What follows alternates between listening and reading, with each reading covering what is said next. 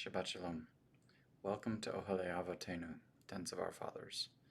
Today we are in Parshat Bamidbar, and we are in the wilderness.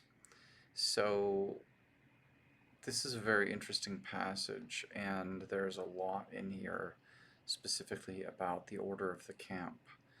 You know, God cares about people knowing their place.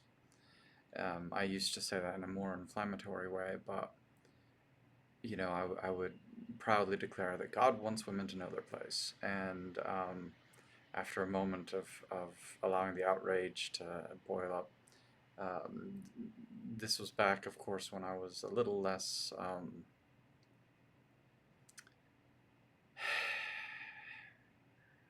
polished, though I'm still a bit squidgy around the edges.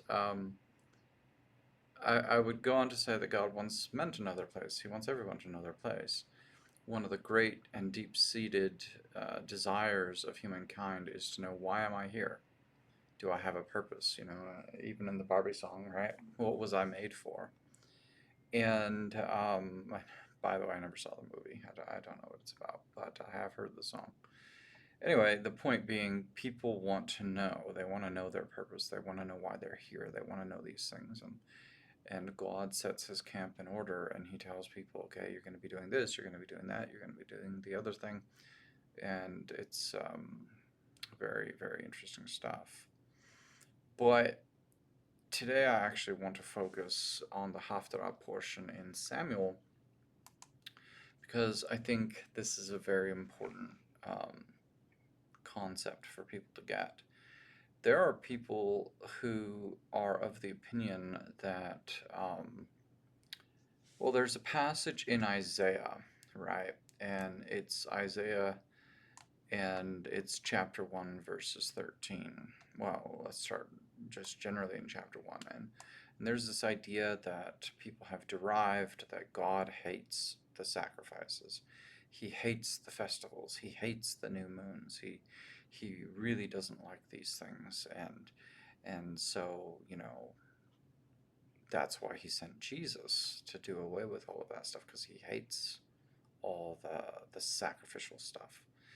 And I think this is due to a fundamental misunderstanding of Isaiah chapter 1, and especially when you look at the New Testament, the apostolic writings, when Yeshua is talking about, if you bring your gift to the altar, let's just read it actually, Matthew 5:23 and 24. Therefore, if you are presenting your offering at the altar, what it doesn't say, and there you remember that I hate sacrifices, and I'm going to do away with the temple, and I'm going to abolish these things because I'm the only true sacrifice, and all that other stuff was just nonsense. None of that is said. All of that other stuff was just a shadow. None of that was said. What he says is, if you are presenting your offering at the altar, and there you remember that your brother has something against you, leave your offering there before the altar and go. First be reconciled to your brother, and then come present your offering. Why? Well, let's go back to the Haftarah portion, David and Jonathan. And again, I strongly encourage you to read these accounts for yourself. I'm giving commentary. David and Jonathan have a covenant. They are very dear friends. It says that David was concerned that Saul was after his life. Jonathan decided to test it. They worked up a test and a way of communicating whether or not David would be safe. And when Jonathan goes to the feast of the new moon, and it becomes clear to him that Saul wants to kill David, and for no crime that David has committed, no sin, right? Beyond the political aspirations, people wrangling over the throne, which again, that's God's choice, not the will of the political dynasties of men. But it says in verse 34, and it's really interesting because Saul was so angry with Jonathan that he insulted him, insulted Jonathan's mother, which was in fact, Saul's woman, and he threw a spear at him. And it says that then in verse 34, then Jonathan got up from the table in the heat of anger and did not eat food on the second day of the new moon, because he was worried about David since his father had insulted him. I mean, you know, I think a lot of us would probably leave the table if somebody tried to shoot us or throw a spear at us or stab us or something. I mean, that doesn't make for a good um, mealtime with someone, good fellowship. And yeah, it says that Jonathan left in his anger because of how Saul had treated David.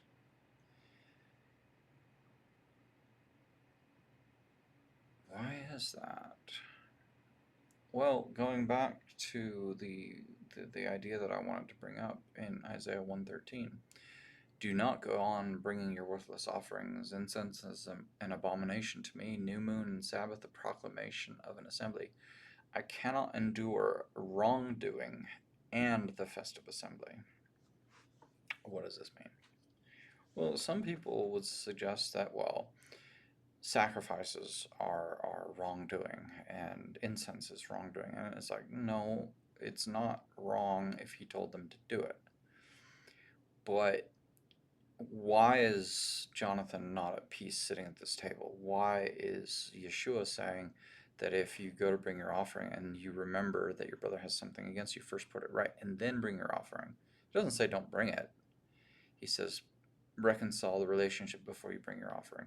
Isaiah seems to have an issue with the wrongdoing and the sacred assembly. And elsewhere, we get into the question about the uh, day of fasting. Is this the fast that I have required of you? And it goes into people abstaining from food and sackcloth and ashes and all these things, but still oppressing their neighbor. So imagine, and some of you probably are parents, but if you had a son or a daughter or somebody you cared for deeply, and someone else came along and decided to smack them upside the head and insult them and maybe kick them in the ribs or whatever, and then they turn around and act all chummy and good buddies with you and say, hey man, why don't we get together and have a barbecue? Why don't we get together and hang out? Why don't we get together like we're best friends? Is that going to go well, right? If you love someone deeply and someone else is treating them like garbage, and then you're sitting there and wanting to hang out with this person as though everything's fine, you have to remember that any one of us who loves someone dearly are not going to be okay with that dynamic, right? You can't kick my kid and then come out and hang out like we're friends. We're not friends. We're not in a good place. And if you think that you're going to make it good with me by kicking my kid and then bringing me some steaks and then with the full intent of going out and kicking my kid again, how can you think we're good? How can you think we're cool? We're not cool. Every human was made in the image of God, and he cares about his creation. He cares about his sons and daughters. The simple fact is, if you want to not have this tension in your relationship with the Most High, one of the things you should examine is whether or not you are engaged in wrongdoing against those he loves and cares about, his children, his sons and his daughters, his friends. Someone who treats my kid with respect and protects them, even, maybe they're doing the wrong thing, and somebody sees them and is like, hey, let me lead you back to your father. Let me lead you back home. Let me help you be safe. Let me um, help you come right. Let me, you're lost, you're cold, you're hungry, you're naked, whatever. Let me feed you and clothe you and lead you back home to your dad where it's safe.